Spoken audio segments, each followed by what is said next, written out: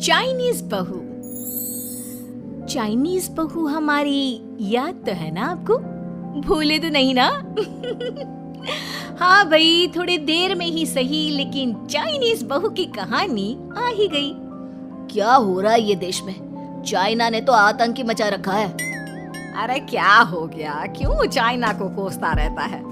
भूल मत, तेरी ससुराल चाइना की ही है।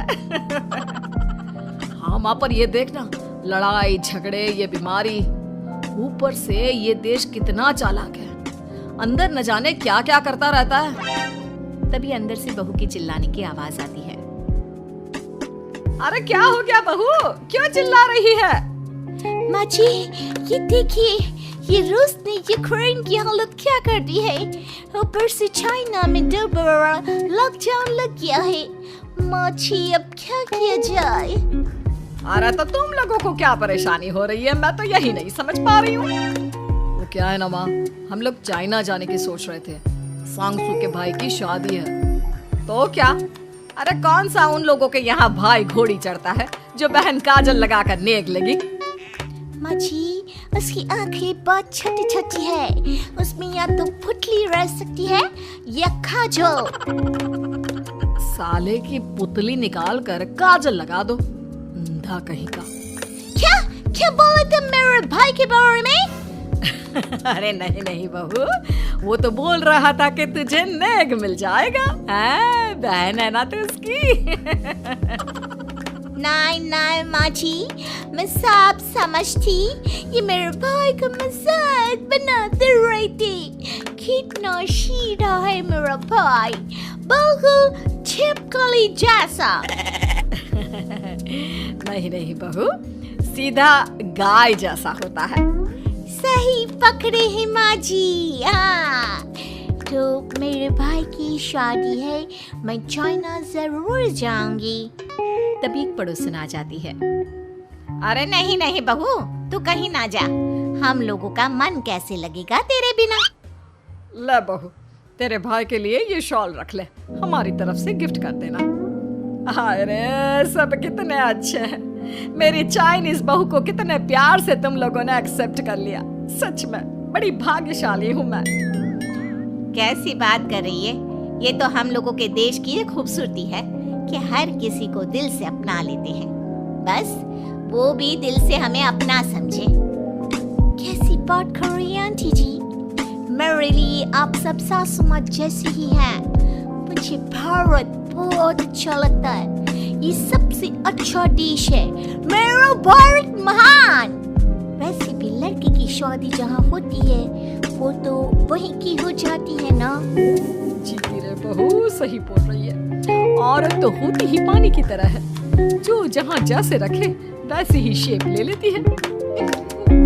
आंटी जी, ये थोड़ा सा ज्यादा हो गया, समझ नहीं आया।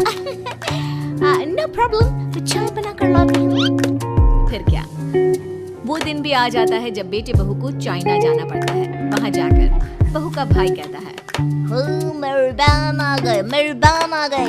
मैंने सबको बोला कि सब हिंदी में बात करेंगे, नहीं तो बहन नाराज हो जाएगी।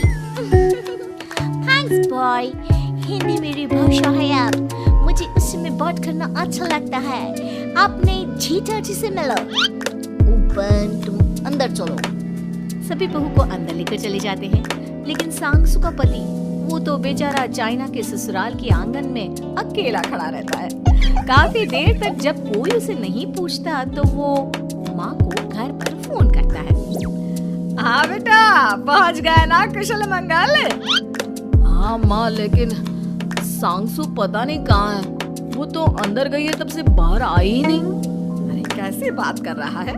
तो तू अंदर चला जा, तू बाहर क्यों है? अरे दामाद है तू वहाँ का, उन लोगों ने तुझे बिठाया, चाय पानी कुछ नहीं पूछा? नहीं ना माँ।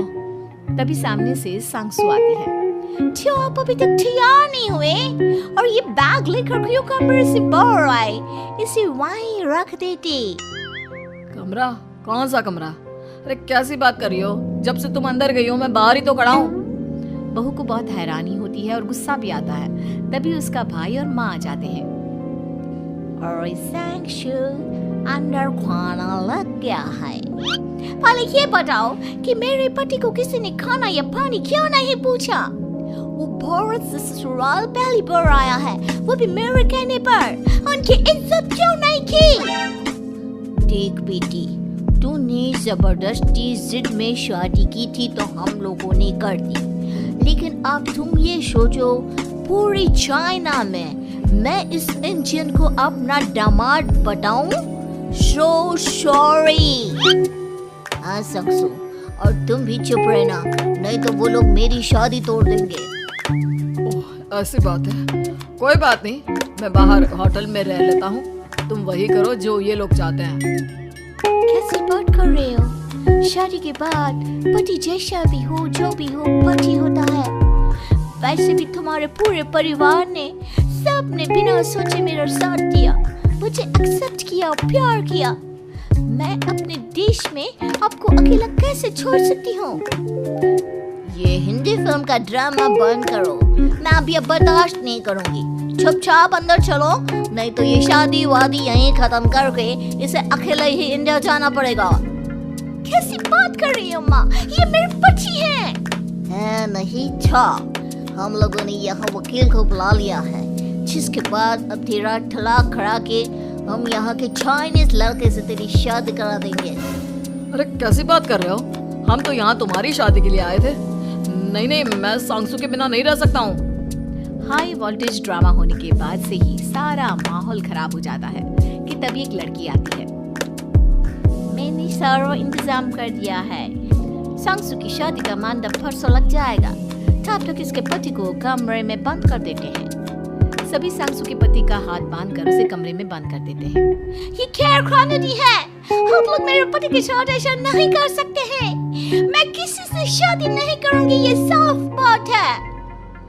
पहले मैं अपनी शादी करूं, फिर तेरी भी शादी करवा दूंगा।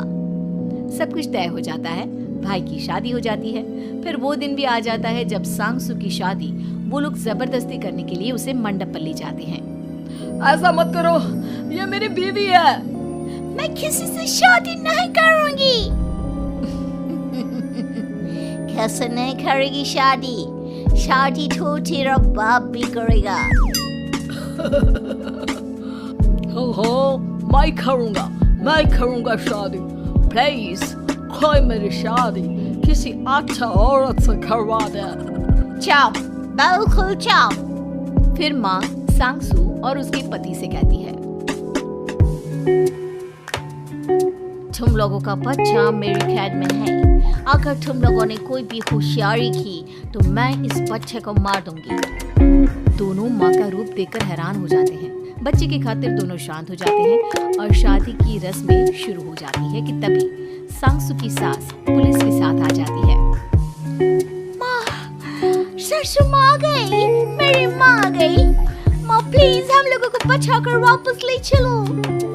पुलिस सभी को गिरफ्तार कर लेती है।